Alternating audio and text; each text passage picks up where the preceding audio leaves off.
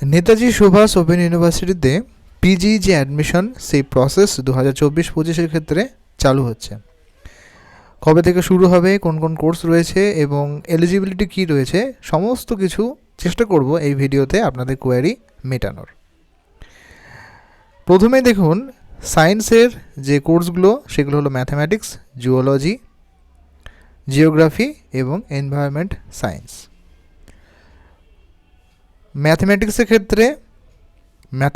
ক্ষেত্রে আপনার কিন্তু অনার্সের যে ব্যাপারটা, প্রত্যেকটা ক্ষেত্রে কিন্তু অনার্সের ব্যাপারটা থাকছে প্রথম 3টে সাবজেক্টের ক্ষেত্রে। কিন্তু এনভায়রনমেন্টের ক্ষেত্রে যে কোনো সায়েন্সের স্ট্রিম হলে আপনি কিন্তু এনভায়রনমেন্টে এমএসসি করতে পারবেন। আরেকবার বলছি, প্রথম 3টের ক্ষেত্রে ম্যাথ, জুওলজি এবং জিওগ্রাফির ক্ষেত্রে কিন্তু নির্দিষ্ট বিষয়ে অনার্স থাকতে হবে। এনভায়রনমেন্টাল সায়েন্সের ক্ষেত্রে কিন্তু অনার্স না হলেও হবে, যে কোনো বিষয়ে বিএসসি হলেই আপনারা কিন্তু এটা করতে পারবেন, কোনো সমস্যা নেই।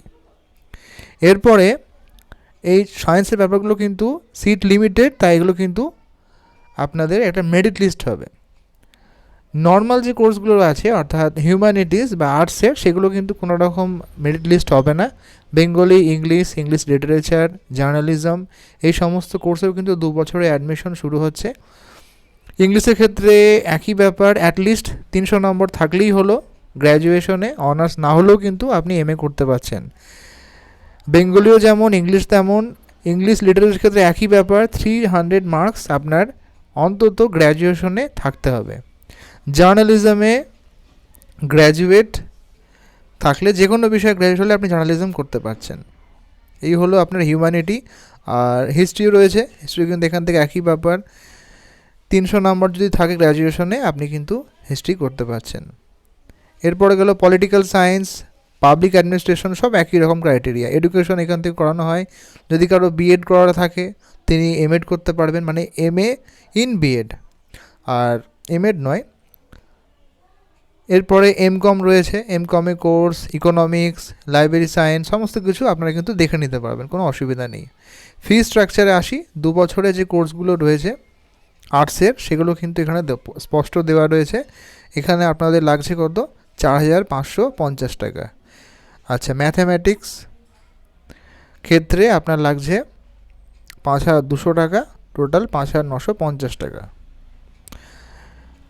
এরপরে রয়েছে জার্নালিজম, সেখানেও কিন্তু 13,000 টাকা। এগুলো আপনার ফিস চার্জেস। শুরু হবে কবে থেকে?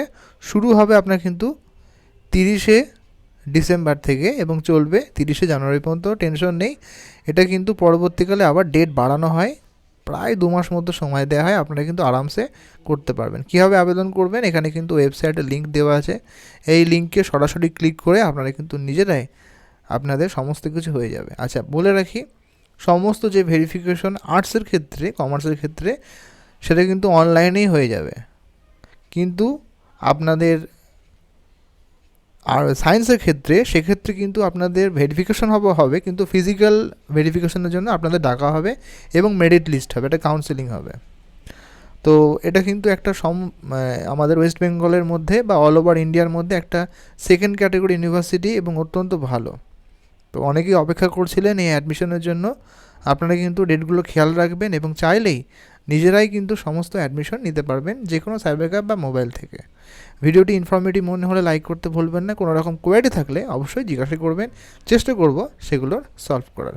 ভালো থাকুন, ধন্যবাদ।